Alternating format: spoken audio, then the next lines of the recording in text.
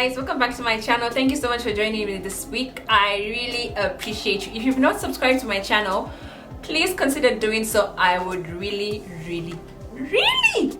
appreciate that. So today we have a scent video.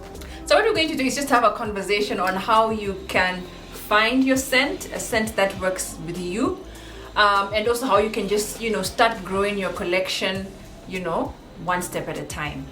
So in as much as this video can be broken down into two, I thought it would be good if I'm to just make one video on that.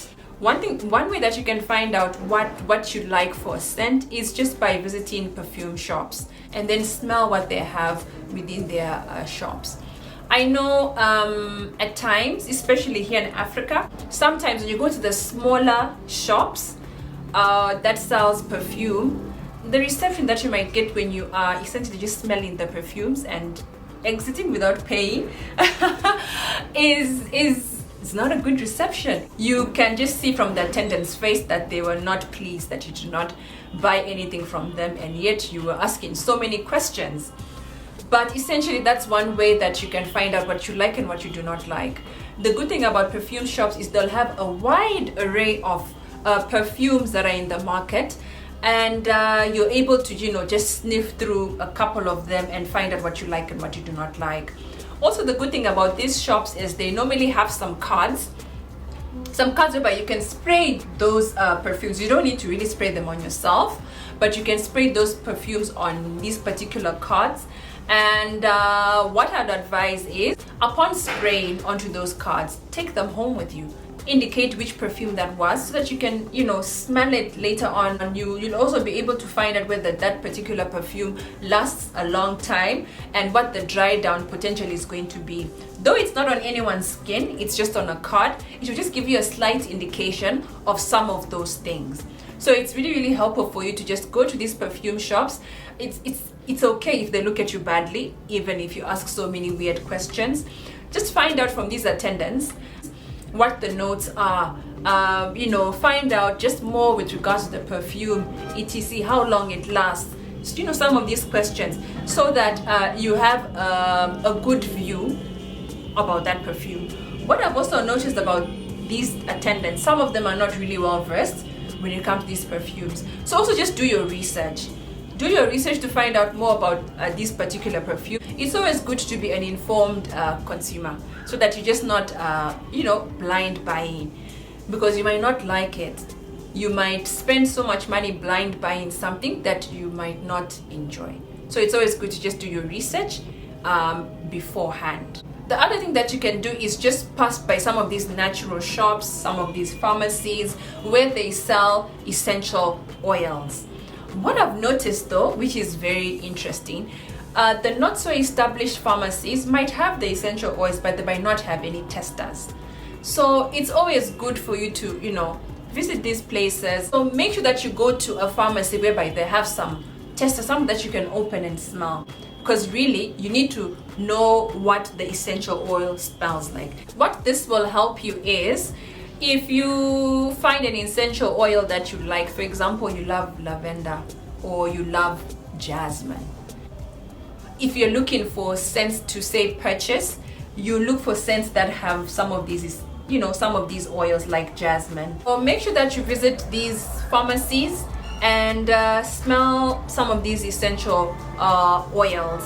The other thing that you can do is take it a notch higher by actually investing in a diffuser where you can put some of these essential oils. What this helps with is you can see whether it's an oil that you can take for a long time. I'll give a very good example.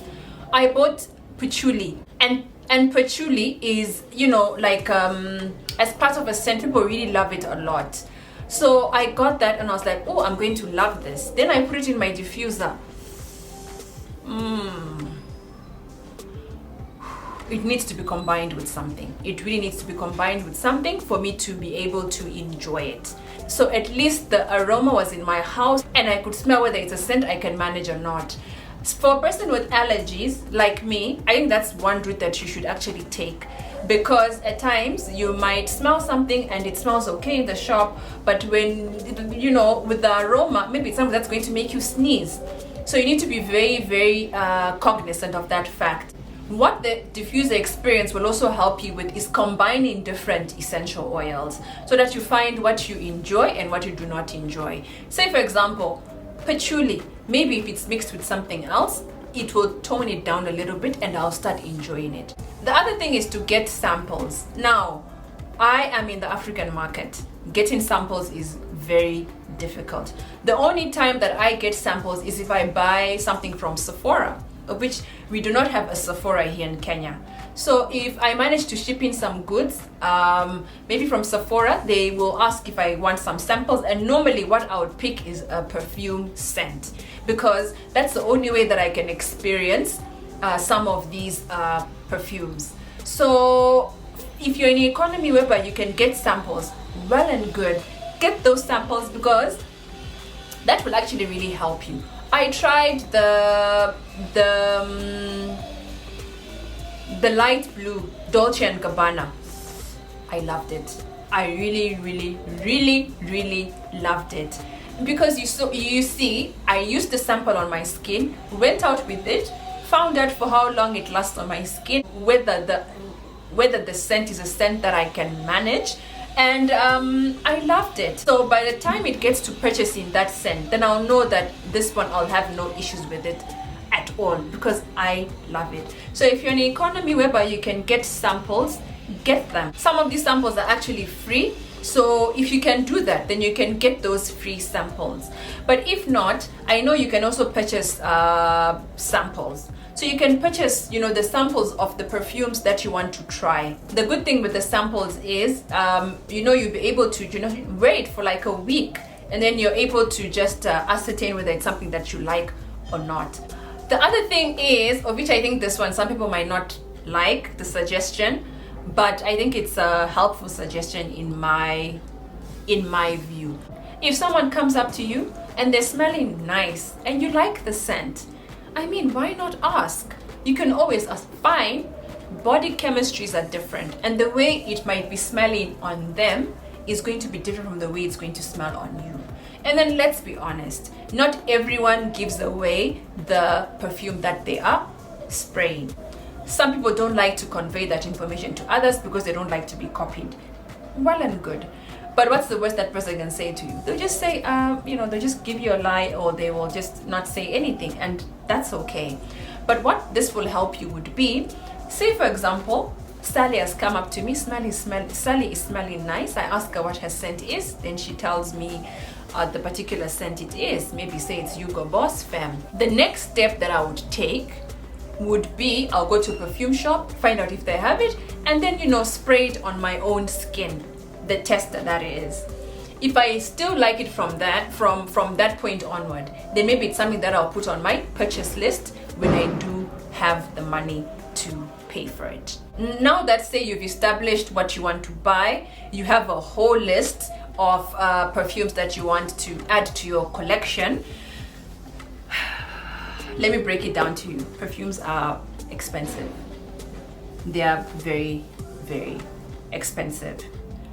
And they are not a very cheap undertaking, in my opinion, especially if you say someone like me who's also trying to save and do other things with the hard money, with their hard-earned money.